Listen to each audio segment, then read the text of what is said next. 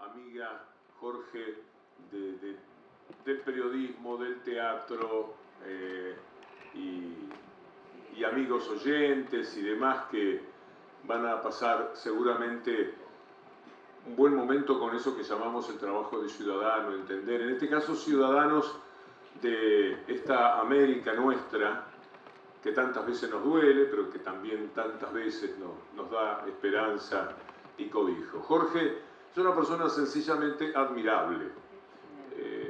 Ha hecho un libro que es de lo más importante que he leído en toda mi vida, y saben que más o menos buen lector he sido, pero no accedí a algo que sea un compendio, que parece una novela y que sin embargo es un formidable ensayo sobre la historia de la relación de Estados Unidos con el resto de América.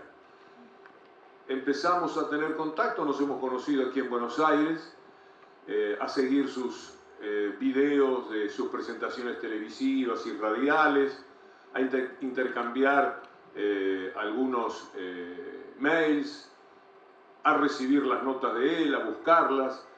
Ustedes seguramente lo deben haber leído en Página 12. Levanten la mano los que conocen a Jorge de Página 12. Aguante Página, ¿no? Qué bien, qué bien. Y entonces a ustedes no tengo que decirles la dimensión del talento y de lo jugada que es la vida de Jorge, porque yo alguna vez he pensado de las cosas que digo, un día no me van a dejar entrar. Pero eso es otra historia, lo devuelven a uno de un aeropuerto, nunca pasó la verdad. Yo creo que se cuidan mucho de esas cosas. Pero vivir en Estados Unidos, vivir en Jacksonville y estar en la universidad, seguramente tener gratitudes hacia ese ámbito que le dio un lugar de relevancia entre los académicos de América, y de todas maneras luchar por las cosas que lucha, denunciar lo que ha denunciado, esclarecernos sobre los temas que permanentemente nos esclarece, a mí me parece, entre otras cosas, sumamente valiente. No vamos a hablar de todo esto porque siempre es apabullante, ya debe estar temeroso de que yo siga hablando de él, y el propósito era simplemente chequear ese conocimiento de las notas de Jorge, que son un anticipo formidable para lo que vamos a vivir aquí. Y ya que he mencionado, y son casi las 4:30, y estamos todos, he mencionado el libro La Frontera Salvaje, vamos a hacer una especie... Es una película, La Frontera Salvaje. Claro, es una película de muchas horas, pero es una película. Yo lo leí con la sensación de estar en una formidable aventura. Hay algunos tramos del libro, que es muy voluminoso, de ahí las dificultades para publicarlo acá, que espero efectivamente y muy pronto eso sea vencido y se pueda tener el libro. Pero hay aventura de los conquistadores, de los que abusaron, hay aventura de los que resistieron, hay una lucha formidable, maravillosa, y nosotros decimos nombres, decimos Austin, decimos Dallas, decimos nombres, por ejemplo, de Texas, y lo que no sabemos es que estamos hablando de los conquistadores que a nombre de Estados Unidos se iban quedando con Texas. Pero ¿cómo lo hacían? ¿Cómo transcurría todo eso? Es una novela maravillosa. Así que le voy a pedir a Jorge, como principio, una especie de sinopsis de esa película que yo tengo en mi corazón, en mi mente, de La Frontera Salvaje. Bueno, gracias, Víctor Hugo. Es un placer y es muy cálido, tanta gente reunida aquí. Podría retomar lo primero, muy brevemente, es que, bueno, ustedes saben por experiencia propia que hay gente que piensa y dice lo que le conviene y otros que piensan y dicen lo que piensan. Dicen lo que piensan y no lo que le conviene. Algunos estamos dentro de esta segunda categoría y no podemos cambiarlo. Y es por esa razón. Podríamos hablar mucho sobre ese aspecto. En cuanto a La Frontera Salvaje, básicamente, bueno, nace como respuesta a una masacre en El Paso en el año 2019, en agosto fue, y lo que encontré en ese momento, una de tantas masacres, en ese caso fueron 22 los llamados hispanos, masacrados en un Walmart de Texas. Y el asesino fue directamente a matar gente con esa característica étnica, cultural. Y lo que más me llamó la atención, no me llamó la atención, pero es una confirmación de un patrón, fue que el asesino, hijo de inmigrante, como casi todos los ultranacionalistas y racistas, proyectó su rabia, su frustración en el reemplazo racial que estaba ocurriendo en Estados Unidos de la raza superior, de la raza anglosajona, y que estaban siendo invadidos por los hispanos. Entonces, la paradoja que todos pueden ustedes imaginarse es que siempre ha sido al revés. El mundo latinoamericano, hispano e indígena, en primer lugar, fueron sistemáticamente invadidos y despojados y esclavizados. Pero el discurso fue estrictamente el contrario, la victimización del opresor, la autovictimización del criminal. Y de hecho, incluso en Estados Unidos siempre se considera que los latinoamericanos nos autovictimizamos. Y los latinoamericanos, como buen colonizados, repetimos el discurso del amo, también decimos, no, los latinoamericanos nos autovictimizamos, pero que lo al revés, que lo contrario, que es lo que se puede probar en documentos, es que el agresor se ha autovictimizado.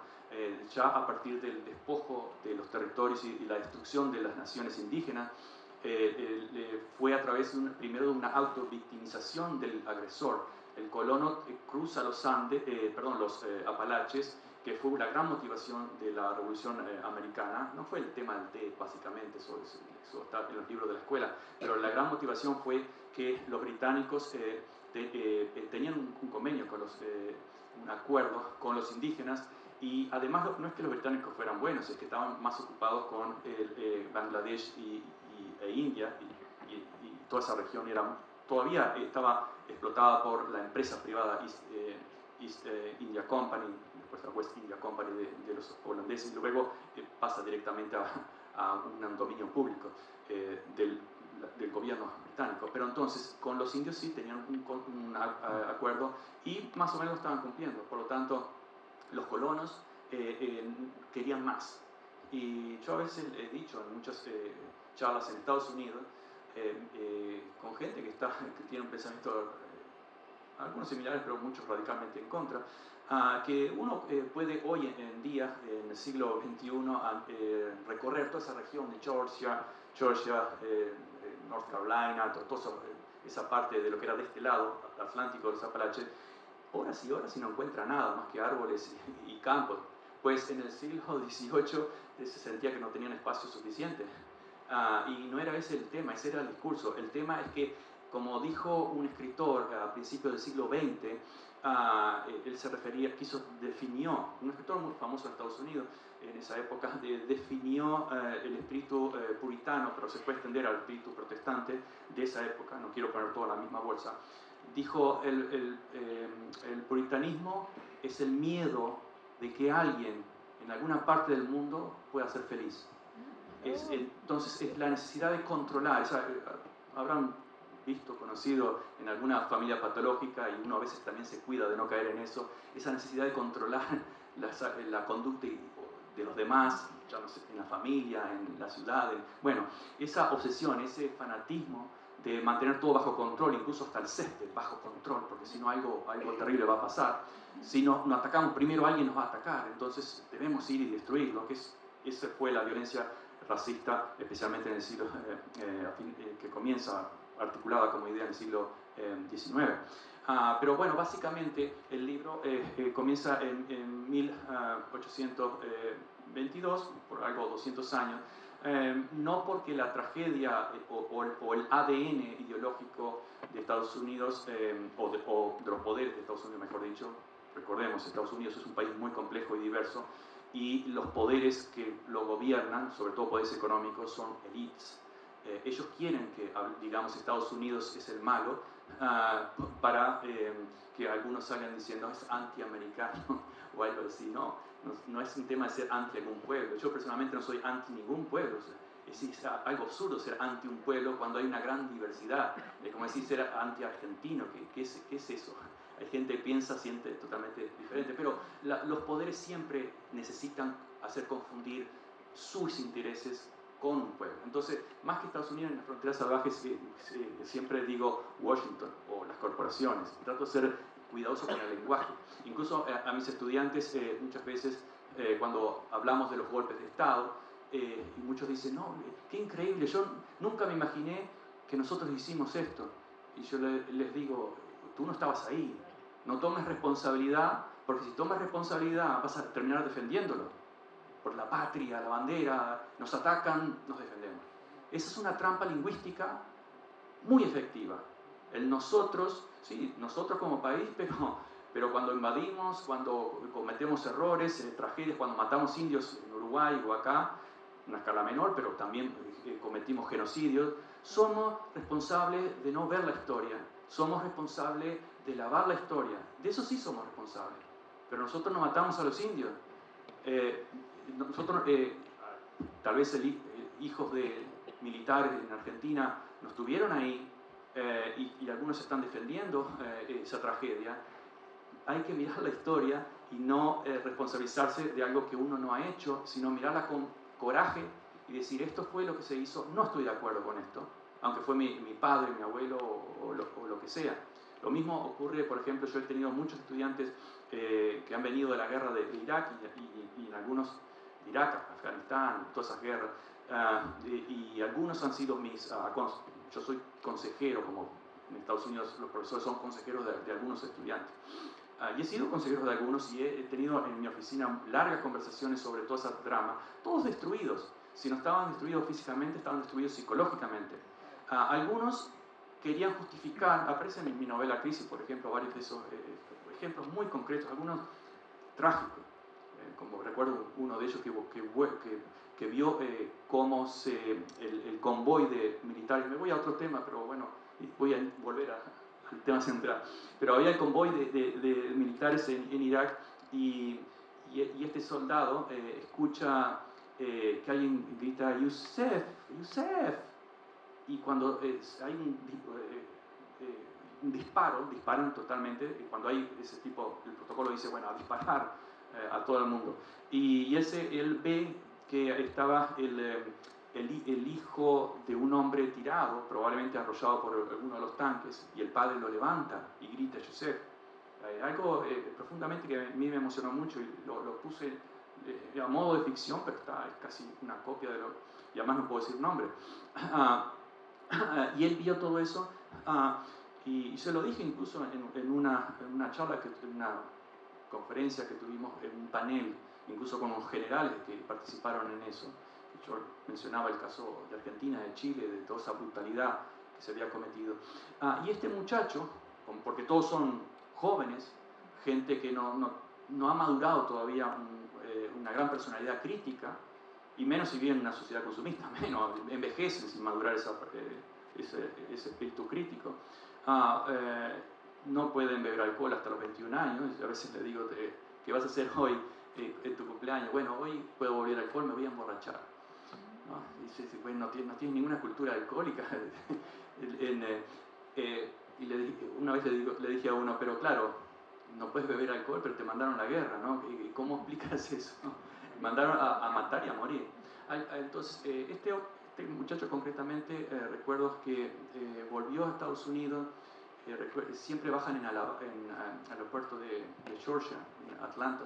Bueno, está el ceremonial del aplauso, los héroes. Claro, la gente manda a jóvenes a morir y cuando vienen tienen que aplaudirlo convencidos, porque hay que justificar ese desastre que han hecho con mucha cobardía, el patriotismo, las mentiras de siempre. Y este muchacho me contaba, yo llegué y no me podía sacarle esa historia de encima.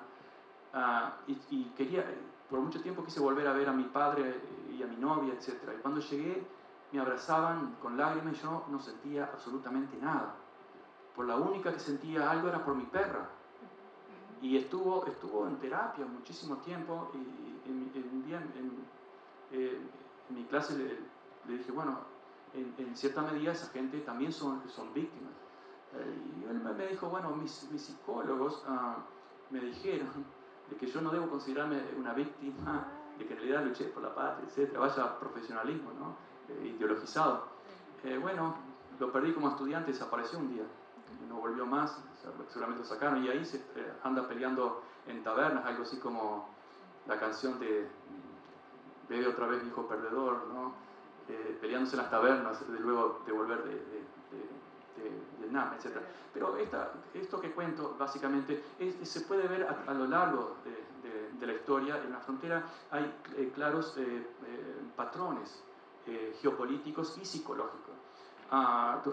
Tú mencionabas el caso de Texas.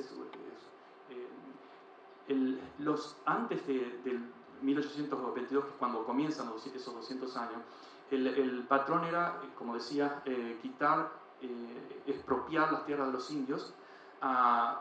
Creo yo que más que por necesidad, por necesidad práctica de agricultura o de territorio, por la necesidad de controlar a aquellos que se consideraban salvajes. Nosotros los matamos y ellos son los salvajes, obviamente. Y en 1830 incluso Andrew Jackson, que era conocido como cuchillo filoso, en español sería cuchillo filoso o mata indios, por los indios obviamente, y uno de los grandes figuras admiradas por Donald Trump y por muchos otros, están los billetes de 20. Muchos estadounidenses han querido cambiar eso por una líder negra. Hubo una fuerte campaña, no lo lograron, pero dijo en el Congreso, por ejemplo, fue en diciembre de 1833, en el Congreso, en el discurso de la Unión, el Congreso dijo: bueno, finalmente completamos la obra a través de la ley de remoción de indígenas, y hay una frase que dice: bueno, ellos nos atacaron sin que le hiciéramos nada y tuvimos que eliminarlos. Miramos a todos, y ese mismo patrón, buscar la excusa de ser atacado y por lo tanto justificarse a ellos mismos, a su gente y a los demás, de que esa violencia era justificada, era preventiva, o no hicimos nada, fuimos atacados. Y ese mismo patrón, y nunca lo olvidaremos, ese es el otro punto. Se repite, se repite y se repite muchas veces. Luego cuando, ya hablamos mucho, pero Texas, en la secundaria se dice, bueno, se independizó porque los tejanos, o los nuevos colonos, tenían muchas diferencias culturales con los mexicanos. Y se repite, incluso es la historia oficial que ahora el gobernador de Florida y el de Texas también quieren imponer como escrita en piedra, no se puede cuestionar. Incluso los libros que cuestionan esa historia están prohibidos. Ya llevan el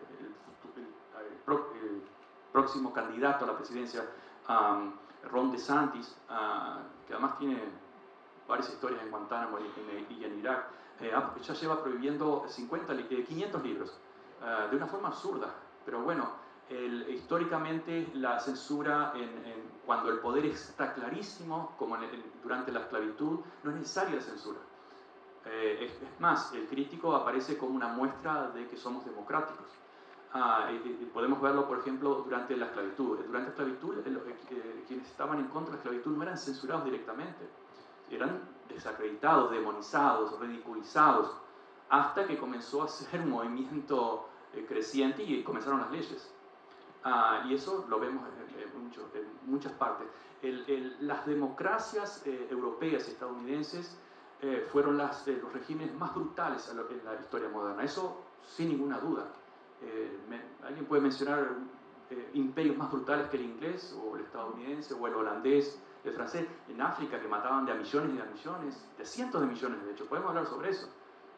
Pero bueno, el discurso es que los enemigos, los otros, los comunistas o los salvajes, eran los peligrosos que mataban y mataban. ¿Qué pasó? ¿Qué pasó con toda nuestra pulcritud democrática? Todos estamos a favor de la democracia, sí, pero veamos las obras de la hipocresía democrática. Los regímenes más brutales de la historia moderna, contemporánea, lamentablemente fueron democracias. Y son democracias porque el poder no está cuestionado.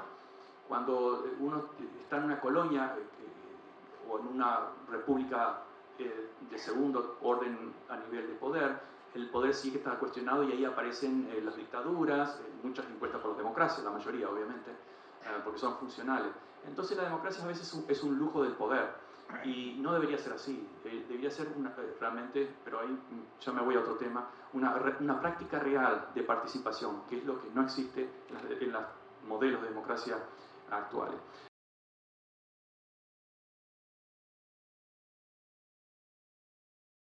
Fundamental por la cual Texas se independiza simplemente fue para expandir la esclavitud.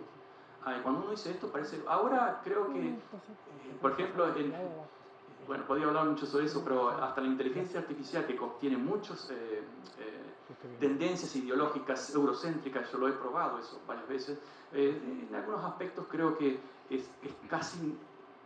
se está alimentando de esa nueva narrativa o historia que hemos presentado. ¿Y cuál es esa? En el caso específico de Texas. Texas se independiza para expandir la esclavitud. Lo están las cartas que mencionaba de Steve Austin, de Houston, de muchos otros.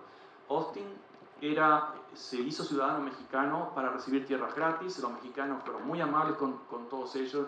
Él fue un businessman, el empresario, de hecho en español era de empresario, y hizo lobby en México para que le dieran tierras gratis a los nuevos colonos. ¿Y por qué fue?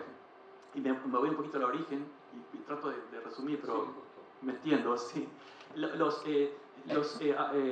esclavos negros, porque habían esclavos blancos también, ustedes saben, los intenchos, los que estaban en la frontera solían escapar hacia México, es decir, a lo que es Texas hoy, o escapaban a Florida cuando estaba en manos de los españoles. En Florida tenían una comunidad negra, independiente. Los españoles les convenía también tener una zona, un colchón ahí entre los anglos y ellos, pero tenían bastante libertad. Entonces muchos escapaban y otros escapaban hacia México. ¿Por qué? Porque en México habían ilegalizado la esclavitud y además eran bienvenidos en ese aspecto. No estoy diciendo que en México no existe racismo, podemos hablar, sí existe, pero estamos hablando concretamente del caso de la esclavitud. Aquellos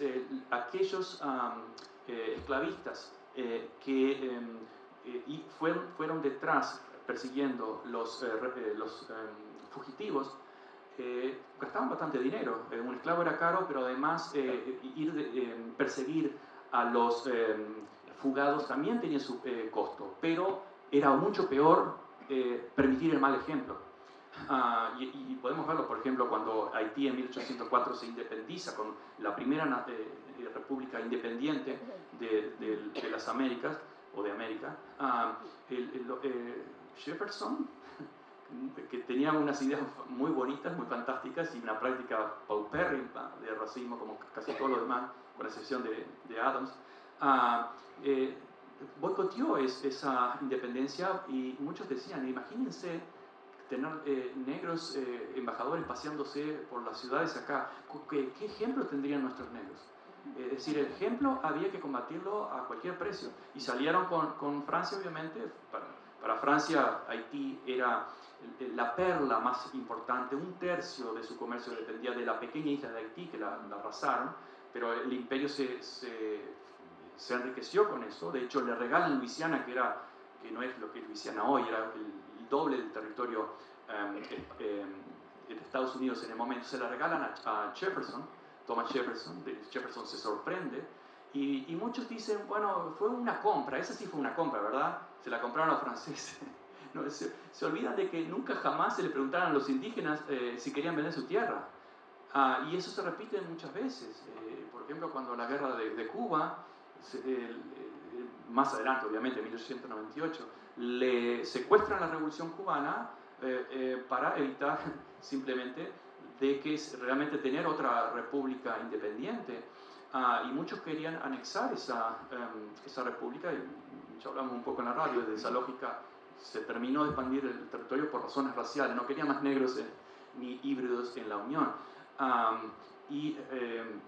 Bueno, la forma fue de convertir a un protectorado. También, por manipulación de la narrativa, fuimos atacados primero. El hundimiento del Maine, que todos saben, no sé si no vale la pena entrar en ese detalle, pero se hunde el Maine. La gente que estaban dentro, los marineros o marines que estaban dentro, dijeron, tuvimos un accidente terrible. Y los diarios de Nueva York, entre ellos Joseph Pulitzer, que era uno de ellos que competía con Hearst. Hearst luego se convirtió en un nazi, pero competían por vender diarios, y competían por la nueva tecnología, el color de los cómics.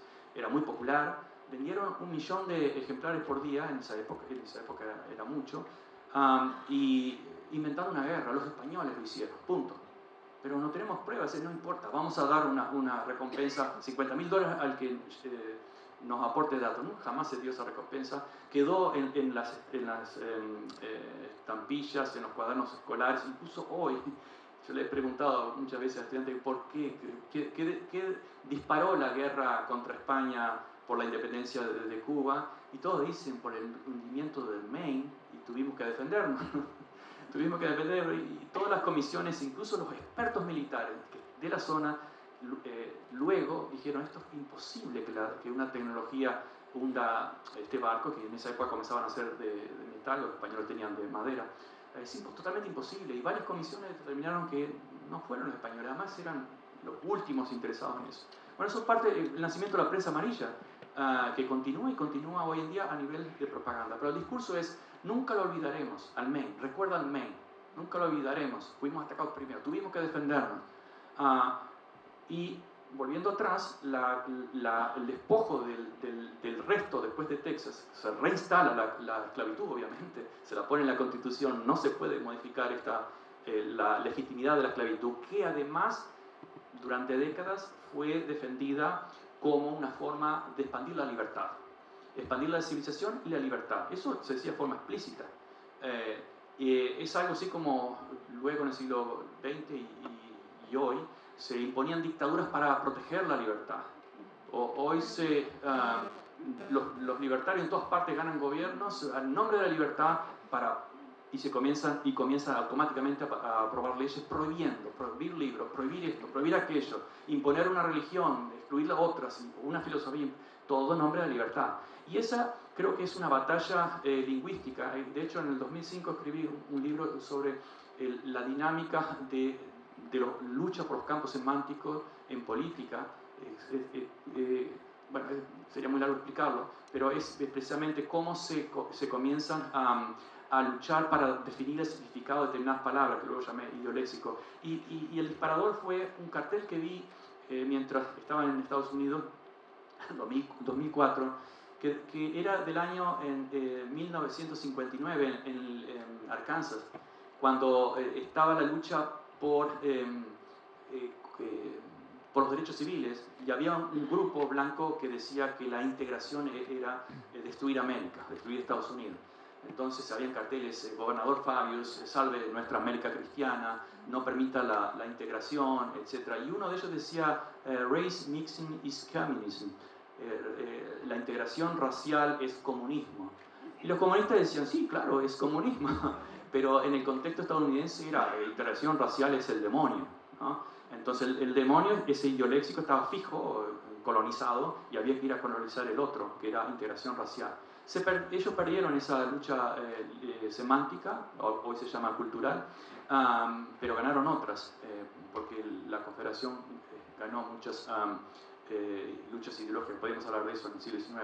Pero volviendo al tema específicamente de la libertad, creo que la palabra libertad fue hace un buen tiempo secuestrada por una derecha, primero neoliberal, que de libertad solo tiene libertad de empresa. De hecho, el mismo presidente Eisenhower, en 1958, cuando Nixon era vicepresidente, hace una recorrida por América Latina, recorrida de buena voluntad, y recibe en Venezuela una lluvia de escupitajos que tuvieron que usarlos para limpia parabrisas.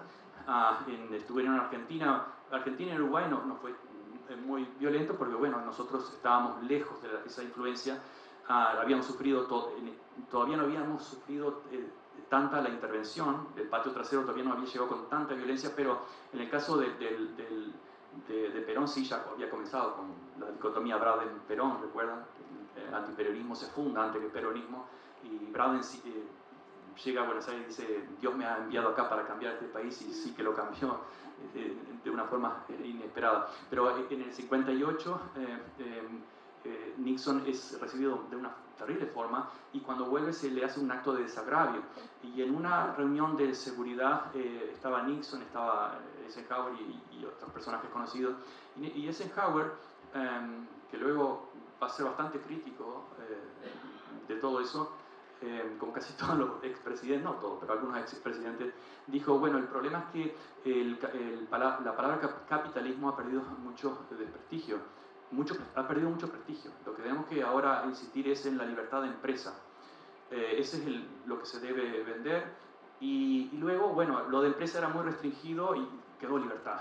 Nosotros estamos para luchar por la libertad. Pero no se dijo que en realidad la libertad de empresa, que bueno, podemos decir, está bien, la pequeña empresa debe tener ciertas libertades, etc. Pero es la libertad de las empresas, de las corporaciones, a escribir las leyes, a decir qué es lo que deben hacer los demás para cierta prosperidad, que algún día puede llegar hacia abajo. Pero incluso no es un tema solamente de prosperidad, es un tema de dignidad. Hablar de la libertad y tener un sistema dictatorial vertical donde el empresario es el dios al cual hay que arrodillarse. Y el Estado solamente interviene en la represión. Por algo la policía se ha militarizado en Estados Unidos y en toda América, etc. Creo que me estoy extendiendo como siempre demasiado, pero podría seguir y seguir en ese aspecto, pero siempre se ha cambiado muchas veces el discurso, pero no la práctica. Y termino con esto porque podíamos seguir. Por ejemplo, durante la Guerra Fría, cuando los nazis eran los más importantes empresarios corporativos estadounidenses, repito, como el mogul del cine y de la prensa, Hearst, se enemistó con Roosevelt, Franklin Delano Roosevelt, porque aprovechó esa gran crisis de la depresión de los años 30. Roosevelt era racista también, como todos en la época, incluso decía que en Harvard había demasiados judíos, por ejemplo, había que poner una cuota. Y hay otras anécdotas, no entremos en eso, pero sí que reaccionó, creo yo, positivamente, aprovechando una crisis, dio derechos sindicales, derechos de huelga, creó el Social Security, la seguridad nacional, la seguridad social que ya existía en Uruguay, por ejemplo. Hizo importantes cambios hacia cierta dignificación de la población. Y aquellos que se sintieron afectados, como Hearst, que dijeron, ¿cómo es posible que los canillitas me hagan huelga a mí? Y entonces, la culpa es de este comunista de Roosevelt, porque directamente lo decían, y habían Roosevelt comunistas, socialistas, eran malas palabras. Y peor, que en 1933 miles de estadounidenses se iban a la Unión Soviética disparando de la crisis. Entonces, lo que antes era, debemos salvar la libertad del amo, obviamente, reprimiendo el peligro de los indios y de los negros, incluso en las repúblicas bananeras, invadimos para enseñarles a los negros cómo se gobierna. ¿Recuerdan? Roosevelt, no Delano Roosevelt, sino su pariente anterior, Theodore Roosevelt, decía la democracia es el mejor sistema para que la raza blanca se quede con las mejores tierras del mundo. Lo escribió como escritor, lo publicó, porque los negros son la perfecta raza estúpida. Es decir, esa raíz nazi ya estaba, obviamente, no se llamaba nazi. Hitler simplemente lo reconoce, que se inspira en todo eso. Y todo eso se borra. Bueno, podríamos hablar mucho sobre eso, pero quiero decir que todo ese intervencionismo en base a la excusa racial de que los negros son peligrosos, los negros del Caribe, los de América del Sur, los indios son peligrosos, los embajadores decían, con los ecuatorianos no podemos confiarnos porque la mayoría de ellos tienen demasiada proporción de raza india, explícitamente decían los embajadores, cuando se estaba luchando contra los nazis incluso. Entonces, y sintetizo, esa idea de que los negros, las razas inferiores, eran el peligro a la raza superior, lo cual es una paradoja, ¿no? Se transforma durante la Guerra Fría en un cambio. Cambiamos la palabra negro por comunista y listo, ya está. Porque luego de luchar contra los nazis quedaba feo ser racista, ¿verdad? Y pasó a ser, bueno, ahora la doctrina es la lucha contra el comunismo. Cuando en América Latina había en los 53 embajadas soviéticas, México, Buenos Aires y Montevideo y no más, habían espías rusos, obviamente, no mucho, comparado a los estadounidenses, pero no habían grandes corporaciones soviéticas, eran estadounidenses. Y además los golpes militares eran todos organizados por la nueva institución secreta, la CIA, antes era el FBI, que se encargaba de América Latina, y sus métodos, podríamos hablar muchísimo contra Martin Luther King, era exactamente lo mismo, pero simplemente se cambia el lenguaje y se dice, bueno, en realidad estamos luchando contra el comunismo, por eso es que hacemos lo que hacemos, por eso, caso de Argentina, cuando después de la revolución, entre comillas, libertadora, ahí tienen otra vez la palabra libertad, ¿verdad? Muy colonizada, que fue un golpe de Estado, más que un golpe de Estado, una masacre, 400 personas muertas en un bombardeo, y le dicen, cuando Onganía era incluso parte, como todos, gran parte del ejército antiperonista, el peronismo estaba prescrito durante mucho tiempo, Washington le dice, bueno, lo que tenemos que hacer es una lucha contra el comunismo, y Onganía le dice, pero no, nuestro problema aquí es que no tenemos ningún problema con los comunistas, el problema son los peronistas. Y Washington lo comienza, no, pero lo que tenemos que vender ahora, lo dice de otras palabras, obviamente, es la lucha contra el comunismo, de la doctrina de la seguridad nacional. Onganía es invitado a Washington, le muestran todas las bellezas del progreso, lo condecoran, no se sabe por qué, como cuando Obama le recibe el premio Nobel, era como un crédito que no lo terminó de pagar todavía, y vuelve a Argentina, y al poco tiempo, ustedes saben lo que pasó, cuando Onganía era dictador, y conozco a algunos argentinos de Estados Unidos, una nota aquí de página, y me gusta conversar con latinoamericanos, de todos, pero había un argentino que tenía un puesto de ventas y nos llevamos muy bien. Y bueno, un día me dijo, bueno, el problema de Argentina es el mismo de siempre. El mejor momento de Argentina fue durante el gobierno de Onganía. Y no dije nada, pero me quitó la inspiración de recorrer su negocio. Nixon volvió otra vez con su esposa a esa ronda de buena fe, pero en ese momento ya se habían perdido casi todas las democracias que se habían recuperado durante los 40. ¿Por qué se recuperaron democracias en América Latina? Como una decena de democracias en América Latina. La gente conoce Guatemala, 1953, terrible manipulación de la propaganda, que nuestro Che Guevara estaba ahí en ese momento y aprende de esa manipulación de la propaganda cuando va y la revolución cubana vence en 1 de enero de 1959, dijo Ernesto Guevara, Cuba no va a ser otra Guatemala. Y antes la CIA había dicho Guatemala va a ser otra Irán, porque lo mismo habían hecho en Irán, el mismo modus operandi. Roosevelt había hecho lo mismo con Panamá, cuando separó Panamá de Colombia, porque el Congreso colombiano no le había aprobado el canal, entonces él invirtió en una Freedom Fighters, luchadores por la libertad, una revuelta, revolución, independencia de Panamá, listo.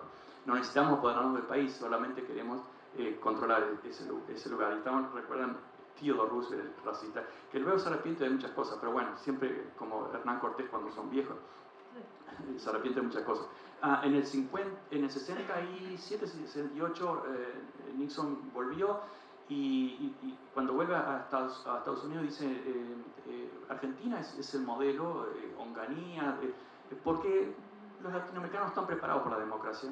Entonces, también primero hay que hacer un proceso de limpieza y que fue un lavado de cerebro que, por ejemplo, en el caso chileno, el ejército chileno era mucho más constitucionalista. De hecho, ¿te recuerdan que Schneider es asesinado? Otros son, Prat renuncia, hasta que Pinochet, el tercero, toma posesión. El ejército chileno era mucho más constitucionalista. Si vemos lo que es hoy, bueno, es el resultado de ese diseño fascista a partir del régimen y del golpe de Estado dado por la CIA. Pero bueno, para no hacerlo muy largo, es la misma práctica anterior con los indios, con los mexicanos, con los negros del patio trasero y de Filipinas, etc. Es la misma práctica, se cambian algunas palabras y obviamente se coloniza el lenguaje, que es fundamental. La palabra libertad ha sido hace mucho tiempo secuestrada y si no se recupera, por lo menos hay que cuestionar el significado de la palabra libertad. También la usaron los esclavistas y estaban orgullosos de la libertad. De hecho, tenían el concepto de la raza libre.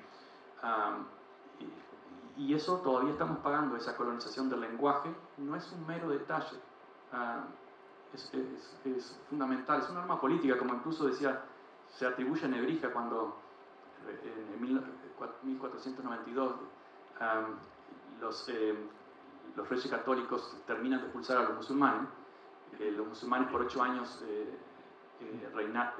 dominaron la península ibérica, y fue muy beneficioso para los judíos, obviamente. La población se multiplicó, no fueron perseguidos, fueron protegidos de hecho. Pero cuando los musulmanes son expulsados, se expulsan automáticamente a los judíos. El mismo día que vence el decreto de Alhambra, sale Cristóbal Colón al Nuevo Mundo, etc. Y Nebrija, hay una anécdota que no se sabe bien si es real o no, pero es muy significativa. Por algo ha persistido tanto tiempo. Se dice que Antonio Nebrija escribió la primera gramática en una lengua vernácula del castellano y se la presenta a la reina Isabel, y aparentemente Isabel dijo, bueno, yo ya sé hablar español, castellano, ¿para qué quiero esto? Y él le dijo, Su Majestad, el idioma es el primer amigo de un imperio. Y en el siglo XX la academia no se ha cansado de estudiar ese fenómeno. Bueno, no solo la academia, la gente culta que no está en la academia, que hoy en día son más cultos que los que están en las universidades en muchos casos, lamentablemente. Bueno, no sé si lamentablemente, pero es una realidad. Lo siento. Hice mi mayor esfuerzo de síntesis. Se me ocurre, Jorge, tomar unas postales del libro, que es una manera de llegar hasta acá. Estás arribando a nuestro país, a los 50 años del golpe de Estado. Épocas en las cuales Estados Unidos un poco tiraba la piedra y escondía la mano, ahora ya no esconde la mano. Es decir, están desembosados. Me gustaría tomar, porque es una anécdota fuerte, no conocida, ya que Nicaragua está tan cerca de la información y la discusión, pero sin entrar en el ahora, esa historia de Nicaragua que pudo haber terminado hablando en inglés. Ese aventurero norteamericano que cruza su país y va y se adueña de un país, nada menos, como si tuviera una patente de corso. Me gustaría detenerme en el primer golpe de Estado que sacudió nuestra vida, que es el de Guatemala, el de Arbenz. Un hilvanado llegando a Chile, Argentina y Uruguay. Me interesa lo de Centroamérica porque no sé qué pasa con nosotros, o conmigo, que de Centroamérica sabemos poco, nos interesamos poco, como si terminara en Colombia el asunto, o en Venezuela para nosotros, y sabemos poco de Centroamérica. Y ahí Estados Unidos tiene una mirada muy pertinaz, de intereses muy directos. En alguna época sería, en algunos países hoy día el petróleo, en otra época podrían ser las frutas o cosas por el estilo. Me gustaría, en ráfagas, que pudieras hacer un hilvanado de estas que también son postales de la frontera salvaje y que permitirían llegar a los golpes de Estado que padecimos aquí y que marcan tu retorno por unos días al Uruguay justamente en los 50 años del golpe el próximo 27 de junio. Bien, vamos por partes, yo voy por punto y vos me tirás el siguiente. Empezamos por Nicaragua. Creo que te estás refiriendo en ese caso a William Walker, que fue un filibustero. Los filibusteros eran piratas de tierra. Recuerdan que los piratas ingleses cumplieron una función importante incluso en pagar deudas de la corona inglesa. Le robaban a los ladrones, generalmente a los españoles que robaban el oro, la plata, etc. Ellos se robaban una parte y se llevaban a Inglaterra. De hecho, Inglaterra estuvo antes casi bloqueada por el continente.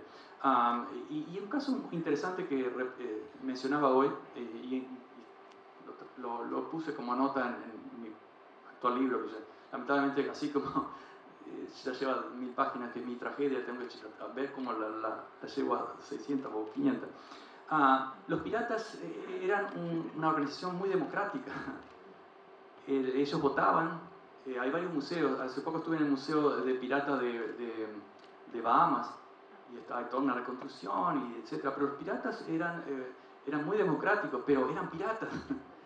lo que demuestra que ser demócrata no es suficiente, a mí, quiero decir, como país.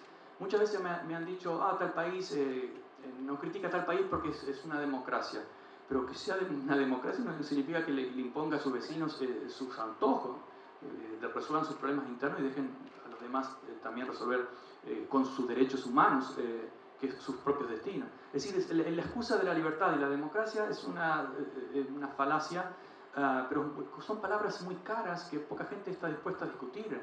Todos son, bueno, todos no, pero muchos somos radicalmente demócratas. Cuando digo radical, considero que lo que tenemos la democracia en Estados Unidos y en la mayor parte del mundo es casi de cartón en cuanto a participación laboral, etc. Pero volvamos al tema de los piratas. En el caso de Walker era un filibustero, sería la traducción en español, y como todos eran aventureros que eran ilegales, pero el gobierno los dejaba hacer por las dudas, a ver hasta dónde llegaban, si tomaban, robaban algo mejor. Y él intentó extender la frontera sur del río Bravo, Grande, etc. Dijo, bueno, vamos a tomar Sonora, otros estados de México, y los mexicanos ya estaban bastante aleccionados y resistieron y los expulsaron. Además era un pequeño grupo. Entonces se fueron a Nicaragua, vamos a buscar a un país más atrasado. Se fueron a Nicaragua y tuvo más éxito. Adivina cuál fue la primera medida política, legal que... No me gusta hacer este tipo de preguntas, mejor lo contesto. La primera medida política, legal que hizo Walker en Nicaragua, estamos hablando de los años 50 del siglo XIX, 1850, la década del 50, fue restaurar fue restaurar la esclavitud. Legalizó la esclavitud como una forma de civilizar y expandir la libertad. Obviamente que a alguna gente no le gustó, tuvo ciertas resistencias y después de unos años lo terminaron removiendo y lo mataron. En esa época Nicaragua era importante porque no existía el canal de Panamá y el tráfico iba de Nueva York a California, iba todo por Nicaragua. Era mucho más fácil, obviamente, que atravesar el país por tierra. Más rápido y más seguro, más fácil, pero tenía ese problema. Pero la ley que regía en los ríos y en los lagos nicaragüenses era la estadounidense, no porque estuviera escrito, sino de facto. Y hay varias anécdotas ahí, como mataban pescadores, cuando el pueblo protestaba, decía ningún estadounidense va a ser juzgado por leyes extranjeras, y eso se repite con Kissinger, ¿verdad? Eso básicamente es el caso de William Walker. Un poco después, en los años 90, Inglaterra todavía tenía una franja en Nicaragua ahí, Mosquito, que se llamaba, y un presidente llamado Zelaya, Santos Zelaya, logra expulsar a los ingleses, algo bastante raro, pero tal vez a los ingleses no les importaba demasiado, pero sí que logra expulsarlos.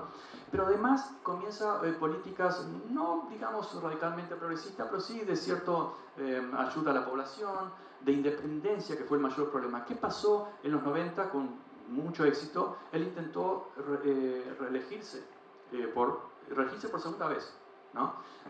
Nicaragua era un país bastante más estable y más próspero que el resto en esa época, a principios del siglo XX, pero era demasiado independiente.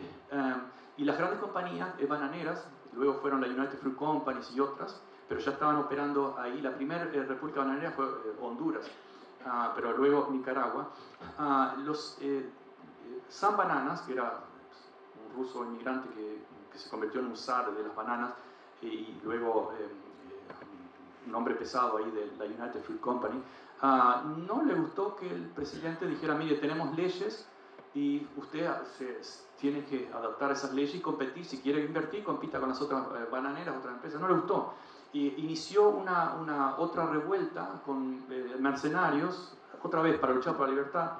El gobierno de Estados Unidos dijo que era un régimen despótico porque intentaba reelegirse.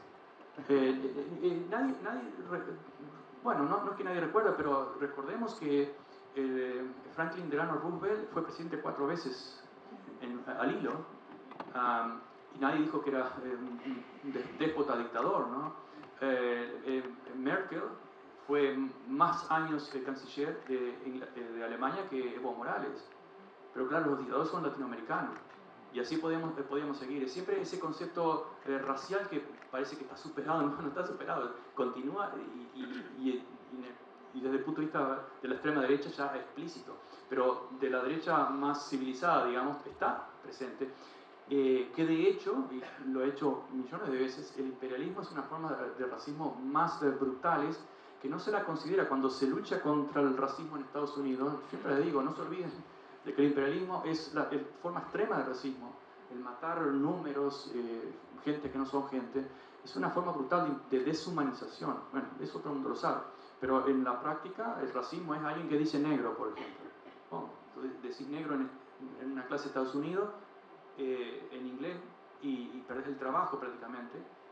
Conozco varios casos. Pero eso es algo más superficial. Bueno, a Zelaya finalmente lo removieron. Y ahí aparecieron una ola de intervencionismo de los Marines en República Dominicana, con Trujillo. Obviamente Puerto Rico era y sigue siendo una colonia. Los boricuas a veces se me ofenden un poco, pero les digo, son una colonia. Ustedes no eligen presidente, no tienen moneda propia, ni siquiera pueden recibir donaciones directas, tienen que pasar por aquí, por Florida, etc.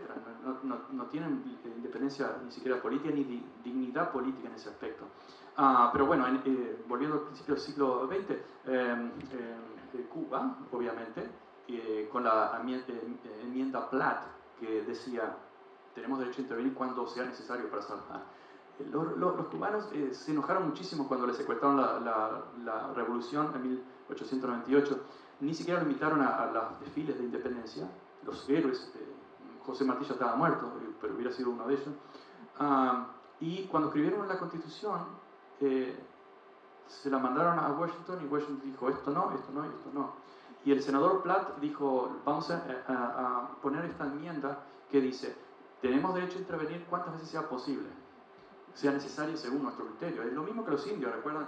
Todos los tratados con los indígenas, todos, desde 1780 en adelante, hasta el siglo XIX, siglo XX, todos fueron violados por Washington. Escritos en Washington hasta que se vieron y todos fueron violados por Washington. Y los cubanos recibieron ese bosquejo y dijeron, no podemos aceptar esto. Y rodearon muy sutilmente el puerto con barcos militares y votaron. Sí, bueno, antes que perder todo, está bien, aprobaron. Y es por eso, obviamente, que existe hoy el mayor centro de tortura en Cuba, que es Guantánamo, ¿verdad? Que es un pedazo alquilado, como el canal era 99 años, pero en el caso de Guantánamo fue alquilado hasta que se deje de recibir dinero, hasta que se rompa el contrato. Cuando Fidel Castro gana la revolución, dice, bueno, no queremos alquilar más eso. Y Washington dice, bueno, se perderán el dinero, que eran creo que $2.000. Pero tiene una ventaja Guantánamo, es decir, hubo varias propuestas de llevar los prisioneros de Guantánamo, que la mayoría fueron declarados inocentes, torturados pero inocentes. Hubo alguna propuesta de llevarlo al continente y no funcionó. ¿Por qué? Porque en Guantánamo no es territorio estadounidense. Y si no es territorio estadounidense, no se cumplen las leyes humanitarias de Estados Unidos. Eso es una razón de peso. Y así podemos hablar de las cárceles secretas, pero ya son barcos. Eso es de la CIA. De la revolución. Y a mí me parece que es muy sintomático, en síntesis, por lo menos, de qué se trataba eso que ocurrió 100 años después de lo que estabas contando de Nicaragua, que podría ser una historia de aventureros, aunque los aventureros del norte van a conquistar el sur. Nunca conozco aventureros del sur que vayan a conquistar hacia el norte. Pero lo de Arbenz me parece que es un episodio poco conocido, porque lo de Cuba, pocos años más tarde, se devoró la atención revolucionaria. Pero sin embargo fue para mí el primer experimento que hizo Estados Unidos en la época moderna. Sí. Comienzo brevemente con la Nicaragua de los 20, que era un protectorado, y Sandino tiene un ejército, un grupo de granjeros prácticamente, no eran militares, ni tenían preparación ni armas, arrincona a los Marines y a la Guardia Nacional, que era la nicaragüense, fundada por por Estados Unidos ahí y organizadas, y los arrincona y finalmente tienes éxito. Es cierto que también estaba la crisis de la depresión en Estados Unidos. Es cierto que había muchos grupos antiimperialistas en Estados Unidos. El famoso Mark Twain fue uno de los fundadores de la Liga Antiimperialista y escribió fantásticamente y de una forma muy precisa, descubriendo y denunciando la tortura, los submarinos, que ahora le llaman los submarinos, en Filipinas, etc. Había muchos grupos, incluso habían invitado a Farabundo Martí, habían invitado a mucha gente a Nueva York. La CIA hizo la vida imposible, pero ellos lograron finalmente que volviera sano y salvo a Nicaragua. Bueno, sí, estamos sin tiempo. Ahí ocurrió la primera bombardeo militar de la historia, también fue un experimento. Y Guatemala también fue un experimento. Ahora, ¿qué pasa? En Guatemala en los años 30, como anteriormente, pero en los años 30 estaba el dictador Ubico, Jorge Ubico, que como todo dictador regalaba beneficios, tierras, no cobraba impuestos a las grandes empresas como la United Fruit Company, etc. Cuando ocurre la revolución del 44 de Arévalo, que era un profesor de filosofía, se democratiza Guatemala, pero ahí hay un gran movimiento de democratización en otros países, porque Washington, no Estados Unidos, recordemos, no el país, los estadounidenses sabían, incluso hoy no saben nada de todo esto. Si supieran sería tal vez, dice Chomsky, tal vez sería otra historia. Pero varias democracias que se habían, incluso la mitad de los países fundadores de la ONU eran latinoamericanos, no por casualidad. Convenios de no intervención se firman en Montevideo en 1933. Roosevelt no estaba muy seguro, pero decía, bueno, hay que firmar, necesitamos los aliados, estamos en una crisis económica, luego los aliados contra Hitler, etc. Incluso Stalin fue uno de los más importantes aliados de Washington. Y se recuperaron muchas democracias, que luego se destruyeron todas con las ayudas de Washington a los ejércitos latinoamericanos. El caso específico de Guatemala, Arévalo comienza unas reformas democráticas en Guatemala. Y el segundo sucesor, que también gana las elecciones, se las gana contra el siguiente dictador, que fue Castillo Armas, el hombre de la CIA. Le gana las elecciones y Arbenz, que era un militar de la clase alta, un elemento que no trabajaba para los intereses de su clase, sino que dijo, es paupérrimo la situación que vive nuestro pueblo y la culpa es que no tienen tierra, trabajan como esclavos para la United Fruit Company. Entonces lo que nosotros le estamos proponiendo, le propuso una campaña electoral, no es que inventó nada, es nacionalizar o expropiar un pequeño porcentaje de tierras improductivas de la United Fruit Company, que había recibido todo de Ubico.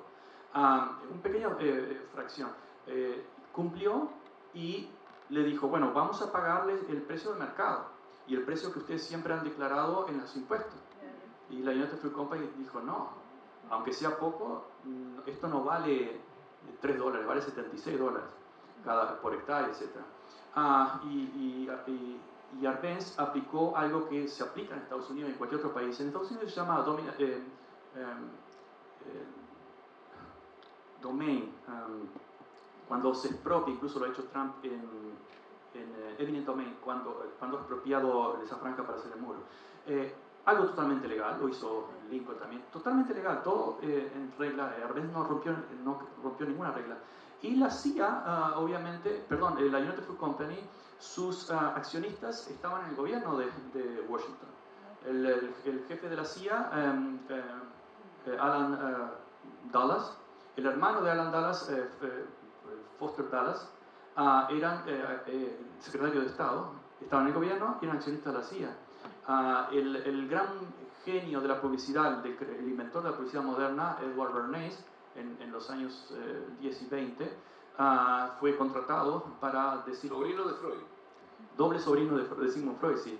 Y alguna vez mencionamos, la paradoja es que siendo judío, él fue el maestro, y no fue algo intencional, pero Goebbels, Joseph Goebbels, el ministro de propaganda nazi, tenía sus libros y se inspiró en ese momento llevaba 30 años de aconsejar a Estados Unidos de cómo... ayudó a vender la primera... de cómo formar el capitalismo, y en esa formación del capitalismo venía la conquista de estos países. Sí, el capitalismo siempre con el gobierno detrás, ¿no? Eso es importantísimo, tanto en el caso de Inglaterra, en India, Bangladesh y China, el gobierno, el ejército y toda la fuerza del gobierno estaba detrás de ese capitalismo. Notable es el proceder que ellos, una vez que están en desacuerdo con el gobierno, establecen, convirtiendo a Arbenz en el primer comunista. Bueno, Bernays le dijo, es muy simple, digan que es comunista.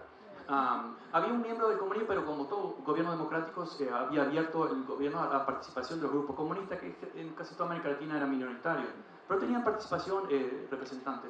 Pero había que decir que era comunista, y de hecho hay toda una anécdota para justificar que era comunista, exactamente la misma historia con el Lumumba en el Congo. Podemos hablar de eso, pero nos iríamos muy lejos. Entonces, se crearon radios falsas, AM, de onda corta, porque en el campo se escuchaba, era muy popular la onda corta en Guatemala. Se crearon guerras falsas, ¿recuerdan la guerra de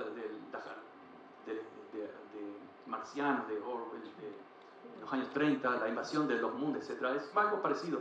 Bueno, hay una gran invasión, estamos venciendo, Arbenz, el comunista, se está yendo, y los mismos agentes de la CIA que participaron, que luego dieron testimonio, dijeron que eso había sido todo falso, que tenían apenas 100 personas que no sabían agarrar un fusil, que todo fue mentira, incluso en la embajada tenían parlantes de películas, guerras, etcétera, volantes, y la guerra psicológica fue tan brutal que Arbenz dijo, bueno, está bien, renegociemos y van a tener lo que tienen, no vamos a expropiar esa tierra. Y Bush dijo, no, es muy tarde. Finalmente se refugió en la Embajada de México. Cuando logró salir, en el aeropuerto lo fotografiaron desnudo para humillarlo, se terminó muriendo alcohólico en México. Y el caso de Che Guevara es muy interesante porque él estaba ahí, también tuvo que huir a México, y en México obviamente se encontró con otros exiliados, Fidel Castro y Raúl Castro, etc. Y ahí está la historia que decía. Ahora, cuando la revolución, y complemento lo que decía anteriormente, cuando la revolución cubana vence en el 59, que no tuvo ninguna ayuda soviética, al contrario, algunas gente de Florida simpatizaban con Fidel Castro, etc. Ernesto Che Guevara dijo, Cuba no va a ser otra Guatemala. ¿Qué significaba eso? No nos van a inocular otra vez la prensa y vamos a ser mucho más rígidos. Incluso Guevara, cuando fue a Montevideo, dijo, ustedes aquí no necesitan una revolución como la que tuvimos en muchos lados, que es terrible, porque es imposible cambiar nada por las buenas, de formas democráticas, pero no existe la democracia, según lo que dijo él, ¿no? Entonces, y creo que la prueba histórica de que él estaba no cierto, al menos desde el punto de vista estratégico, es que cuando ocurre la invasión de Bahía Cochinos, la CIA le había asegurado a Kennedy, que se encontró con esa granada abierta, no tuvo más remedio que usarla, según dicen algunos. Y ahí viene por qué muy probablemente lo mataron, pero podemos entrar en ese tema si quieren. Entonces le aseguraron de que la gente se iba a unir a esa invasión, que fue preparada en Guatemala, perdón, en Honduras, y se dijo que eran comunistas que estaban haciendo un complot, etcétera, para ocultar. Eso lo reconocen los propios actores.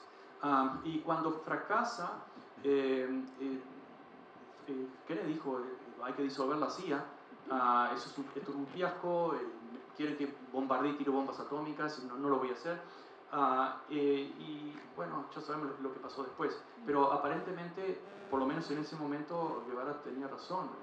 A través de la prensa, y termino aquí, pero recordemos, toda la prensa latinoamericana estaba inoculada por Operación Mockingbird. Los grandes medios, los prestigiosos medios, el Mercurio en Chile, Argentina, en todos los países, generalmente antes de cada intervención se creaba el ambiente, y ellos decían, inoculamos, escriben en Miami, Nueva York incluso, inoculamos los editoriales, y como está escrito es mejor porque las radios toman y repiten eso, y los pequeños diarios también toman y repiten como un hecho. No lleva firma, es como el The Economist. Ven que el The Economist no lleva firma, le da un aire de objetividad, ¿no? No es una persona que escribe esto, parecería. Y bueno, los medios, la inoculación de los medios y de la cultura a través del cine y de la literatura, podríamos hablar ahora sobre esto, con millones y millones de dólares de apoyo para aplastar a unos y levantar a otros artificialmente. Eso es una práctica común, y es todavía una práctica común. Nada más que tenemos menos documentos desclasificados para presentar. Un poco el final que quería con Chile, Argentina, Uruguay, por por esta fecha particular va a ser una nota que escribiste hace poco, el genocida que cumplió 100 años, que me parece viene a englobar esa etapa. Después me gustaría, les quiero contar que una deliciosa cantante, artista, va a estar con nosotros, Débora Infante, a hacer algunas canciones y dejarnos frotando un poco de poesía en medio de todo lo que es esta descarnada visión que nos entrega Jorge de lo que pasa en América. Y no sé si nos dan los tiempos, depende de estamos cumpliendo exactamente una hora. ¿Podemos seguir 3 horas más? No, me gustaría saber si alguno se queda con ganas de hacer una pregunta, no retóricamente, no explicándola, sino una pregunta concreta. Yo bajo y les acerco este micrófono y les prometo una rápida respuesta. Así que después de esto que nos va a decir Jorge sobre tomando a Kissinger como el elemento unificador, la argamasa que nos permite hablar de Chile, Argentina, Uruguay en aquella década trágica, si alguno se anima a levantar la mano, yo no me animaría, sí, pero conozco nuestra proverbial timidez. Pero si alguno de verdad tiene ganas de sumar a sus recuerdos una pregunta a Jorge McFood, bien. Jorge, sintetizamos por el lado Kissinger iba a decir de la vida, pero no. Bueno, otro intocable, ¿no? Otro intocable. Sí, se lo intenté, juez Garzón intentó llevarlo a tribunales, o por lo menos requerirlo, y Bush lo dijo claramente: ninguno que haya servido al país, a la patria en Estados Unidos va a ser llevado ante ningún tribunal. De hecho, no conocemos ejemplos. Ahora, la pregunta es: ¿sirvió a la patria o la envenenó, la contaminó, aplastando a otros? Eso no serviría. La patria es un concepto muy fácil de secuestrar, es muy irracional y hay que tener mucho cuidado. Y bueno, es otro intocable que intervino en todos saben esto, obviamente, el golpe de Estado contra Allende. Hay una larga historia ahí. Salió a las cámaras con cara de piedra diciendo: nosotros no tuvimos nada que ver en esto. Hay una película fantástica llamada Missing sobre un estadounidense, Charles Horman, que también muere, y en este caso es estadounidense, es simpatizante de Allende, es perseguido y finalmente es asesinado. Les recomiendo que miren si tienen algún tiempo. Pero el caso de Kissinger se extiende por África, por Asia, especialmente Vietnam, Camboya o Camboya. Es uno de una de estas vergüenzas de la humanidad. Y bueno, la mayoría de los grandes criminales también en América Latina no fueron juzgados. Es decir, la justicia parece que siempre hace descuentos mayoristas. Si alguien roba una gallina o algo pequeño, seguro que va a la cárcel, pero no grandes asesinos. O si alguien mata a una persona, si matas a una persona, intenta matar 100 o 1000, probablemente tenga más chances de ser perdonado. Y Kissinger fue uno de esos. ¿Alguno se va a animar? Sí, esa. Bueno, camino hasta esa. Hacemos la pregunta. No, yo voy. Ya me quedo mirando la respuesta y la despedida de Jorge y esperando a Débora. Sí, ayudamos un poquitito. COVID mediante y... Es la edad, pero yo le echo la culpa al COVID todavía. Una pregunta acá. Sí, una preguntita nada más. Sí, yo le había escuchado a Henry Kissinger estos meses, que cumplió 100 años, que dijo que es inconveniente no avanzar de la OTAN y Europa a Ucrania porque van a ser derrotados. No es conveniente esta guerra. ¿Cómo cree que va a seguir? Bueno, sí, Kissinger e incluso uno de los últimos directores de la CIA dijo claramente, no por bueno, sino por realista, agreguen a Ucrania a la OTAN y es la última línea roja de Rusia, es guerra segura.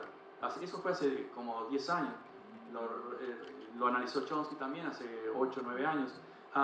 Eso es una guerra segura, pero eso empezó ya desde el origen de la OTAN, que tiene sus raíces también nazis. Bueno, podríamos hablar, y creo que pusimos alguna tapa sobre ese tema.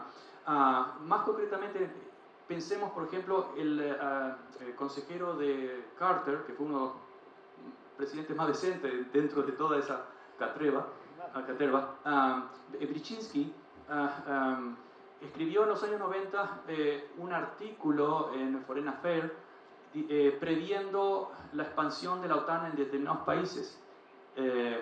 Cuando recuerdan que hubo un compromiso verbal de no expandir la OTAN. Y recuerdan también, tengan en memoria, cuando Boris Yeltsin va al Congreso de Estados Unidos, hace un discurso extremadamente adulatorio, ¿no? Recuerdan, la libertad estadounidense está segura en Rusia. Bueno, que esté la libertad de todo el mundo segura en Rusia, pero ¿qué significa la libertad estadounidense está segura en Rusia? No recibe los créditos que esperaba, pero Polonia sí, estaba en la misma situación calamitosa. A Polonia se la quería rescatar, a Rusia se entendía que podía renacer un gran potencia, a pesar de que no es muy poblada y su economía no es tan grande, pero es muy estratégica en recursos, sobre todo por su relación asiática con la Gran China. Y de una forma que tal vez más amistosa que la que tuvo la Unión Soviética con China, ¿verdad? Brzezinski dijo claramente, en la segunda década, estamos hablando del 2010, 2015, el último miembro iba a ser Ucrania. Lo previó claramente, y en ese momento, en 2014, la embajadora en Ucrania, ¿cómo se llama? Victoria Nalum, hay un audio que se filtró previendo directamente ese golpe, es decir, que es cuando comienza la guerra en Ucrania. La CIA interviene, entrena como entrenaba a los contras en Nicaragua, hay un plan de privatización, la expansión militarista es la misma que pudo haberse frenado en Alemania en 1952, cuando Stalin le ofrece a la OTAN y a los países de la OTAN entregarle la Alemania occidental, la Alemania comunista, con la única condición de no ingresar en la carrera armamentística. Rusia estaba exhausta, recuerdan, por la Segunda Guerra Mundial, pero no, la idea era continuar y continuar. Una de las razones fue, la dio Eisenhower en enero de 1961, que lo advirtió el mismo presidente militar, general Eisenhower. El mayor problema de nuestra democracia es como todos saben, ese discurso, es el complejo militar industrial, que influye y nos hace tomar decisiones según sus intereses, que más que militar es un negocio de corporaciones, ¿verdad? En el Washington Post, el Wall Street Journal, en diciembre de 1920, publicó un artículo preguntándose, por ejemplo, quién ganó en Afganistán. Y el mismo artículo se respondía, las grandes corporaciones. Hicieron 14 trillones, en español serían 14 billones de dólares, imagínense la fortuna, varias Argentina, de hecho varios Brasiles en su economía, solamente en una guerra que estaba terminada hace rato. Bin Laden, uno de las criaturas de la CIA como los talibán, aparentemente ya estaba muerto en 1911, pero esa guerra continuó 10 años más. Luego, así de repente, le dejan millones de dólares en armamento militar a los talibanes. Y la derecha estadounidense simpatiza profundamente, y lo han dicho, con los talibán porque tienen valores religiosos y valores firmes, pero esos no son tal vez los valores firmes que necesita la humanidad. Entonces el negocio de la guerra es fundamental. Por un lado, en Estados Unidos se está cayendo a pedazos en ciertos sectores sociales. Ustedes saben, cientos de miles de homeless o sin techo, ya lo hemos dicho, 100.000 víctimas de drogadicción. También una drogadicción parte de un negocio de los opios de la farmacéutica en los 90, algo parecido a la estrategia de Barney. Casi 50.000 víctimas por arma de fuego, masacre, etc.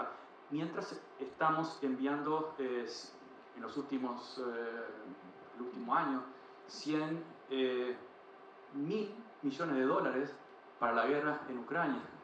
Y mientras la prensa tiene solamente una perspectiva, que es el derecho a defenderse de Ucrania, tenemos derecho a que la OTAN se defienda, pero y muchos críticos en Estados Unidos lo han dicho claramente, figuras brillantes, desde economistas a historiadores, lo han dicho explícitamente, pero la gran prensa no lo va a tomar ni lo toma. Eso no es defensa, eso fue una clara provocación buscando el desarme de Rusia con la mirada puesta en China. La tensión con Taiwán, esa fue inventada por Occidente. China siempre reclamó Taiwán, así como Alemania reclamó su unificación. Pero fue una política de reclamamos, pero no vamos a invadir. Washington lo sabía desde hace 50 años, Pekín también.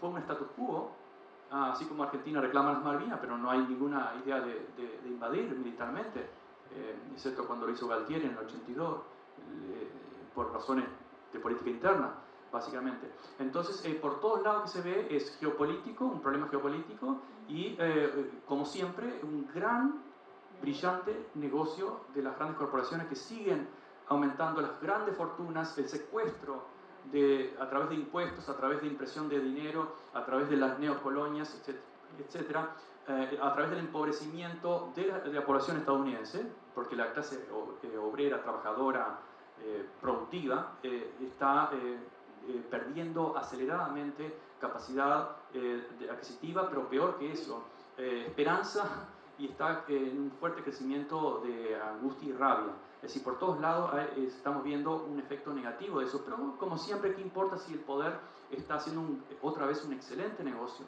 en la guerra de Ucrania? Y cuando se tienen esos intereses es muy difícil, primero, que no ocurran esas tragedias, segundo, de que hayan voces críticas en los grandes medios, excepto que, bueno, dejamos que algunos críticos como yo o algún otro digan lo que quieran para demostrar de que somos una democracia y que no encarcelamos ni matamos, bueno, con la excepción de Assange, ya sabemos, y algunas otras, pero sí lo demonizamos, lo desacreditamos, y hay muchas formas de desacreditar a aquellos que nos oponemos.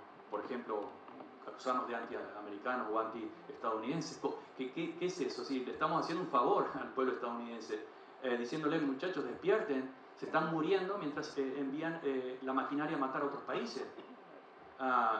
¿Qué más favor que ese? Ahora, si ustedes quieren a dublones, bueno, eso es fácil, hay por todos lados. Ahora, si quieren realmente un beneficio, incluso es hasta bíblico. ¿Recuerdan en la Antigua, el Nuevo Testamento, pero sobre todo en el Antiguo, aquel que realmente se atrevía a decir y decir los errores de esas sociedades, era llamado profeta, no en el sentido profeta griego en el cual preveía el futuro, no, sino aquel que realmente se animaba a decir lo que la mayoría no quería escuchar. Entonces eso es un beneficio, es un favor. Pero claro, ¿cómo demonizamos antipatriotas acá en Estados Unidos, en Uruguay o en Argentina? Estás contra la libertad, estás viviendo en el imperio y criticas al imperio. Pero, perdón, ¿eso es una secta? ¿Quién es el dueño de Estados Unidos? Un país de 340 millones. ¿Quieren que dejemos más espacio? Así ustedes que lo tienen todo, continúan sin ninguna incomodidad. No, señores, ¿les molesta? Bueno, fantástico que les moleste, vamos a seguir molestando. Y no vamos a ceder derechos de la humanidad, ni siquiera como ciudadanos del país que sea. Y bueno, Ucrania es parte de esa guerra trágica y de esa, la demostración de cómo la narrativa es capaz de crear una realidad que basta con ir a los hechos, simplemente es la opuesta. Ahora, Jorge, le voy a pedir a la señorita que se ponga detrás de ti para tomar el aplauso que de gratitud toda esta gente le quiere brindar. Pero mírenos a nosotros. No, mírenos a... bueno, también pueden mirar la cámara.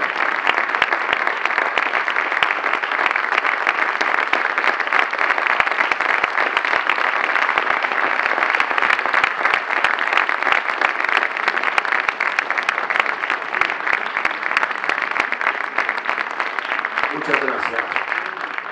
Muchas gracias, Jorge. Gracias a ti también. Gracias. Nos quedamos aquí nosotros como espectadores para no hacer todo el lío de movernos y los invito a que aplaudan ahora a un artista muy admirable, que es Débora Infante, para cerrar con poesía este encuentro.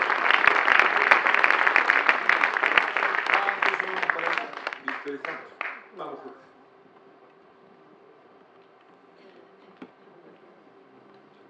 demasiado.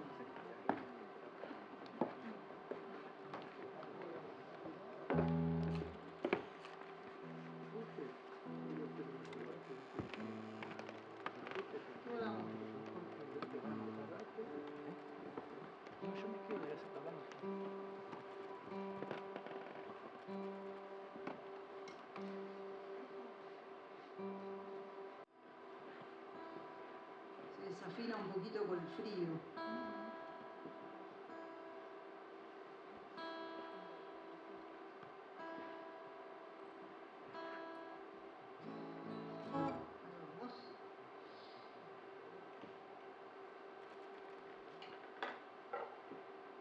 Bueno, feliz Día de la Bandera. Gracias, Jorge, por esta invitación tan linda, tan inesperada para mí. Después de este relato, recomiendo ese libro por todo el contenido nutrido sobre Estados Unidos y sus injerencias en América Latina. Realmente es un trabajo formidable. De modo que, bueno, yo quería compartirles este manojo de canciones. Algunas, las dos primeras que voy a cantar es para presentarme, son de mi autoría, y las otras las elegí un poco para acompañar esta narrativa o esta historia que cuenta Jorge. Bueno, yo soy Débora Infante, ya lo dijo Víctor Hugo, por si no me conocen. Esta canción que les voy a presentar, que es una manera de presentarme también, la escribí en un momento de inflexión de mi vida y surge a partir de un libro de Píncola Estés, que es una cantora, poeta, que dice que las mujeres podemos decir nuestra edad en cicatrices de guerra. Ella dice de guerra, hablando de guerra, porque ella tiene las dos nacionalidades, neoyorquina, y se ve que la guerra se le filtró. Pero a mí me gusta decir cicatrices de vida. Y cuando anoté las mías, surgieron 17. Por eso se llama 17 cicatrices es la edad que tengo, y le da nombre a mi segundo disco.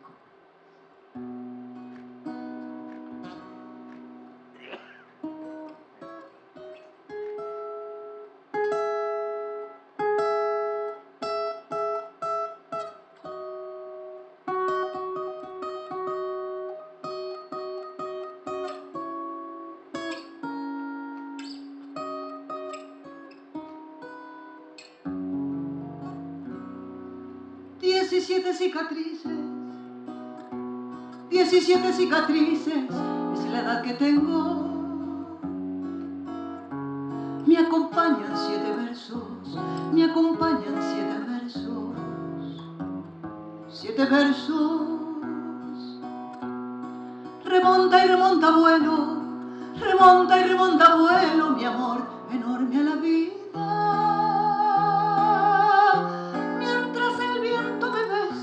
Mientras el viento me besa las heridas. 17 cicatrices, 17 cicatrices, es la edad que tengo. Desde el río subterráneo, vuelve la vida en verso. Me acompaña un pensamiento, cantar y morir cantando.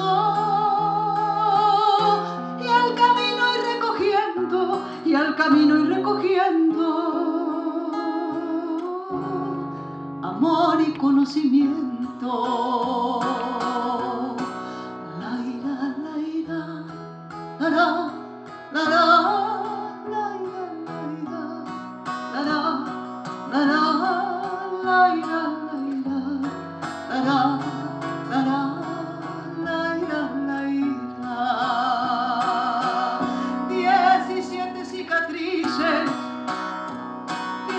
Cicatrices es la edad que tengo.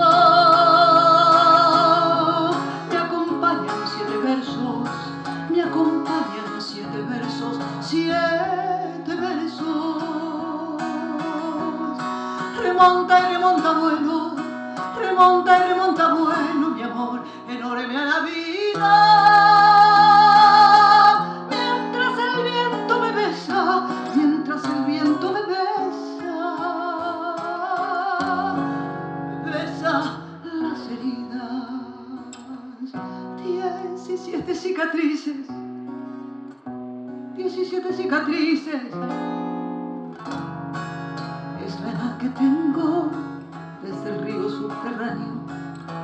Desde el río subterráneo vuelve la vida en verso.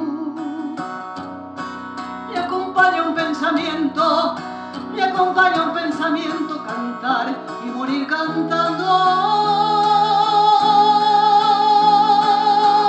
Y al camino ir recogiendo, y al camino ir recogiendo amor y conocimiento.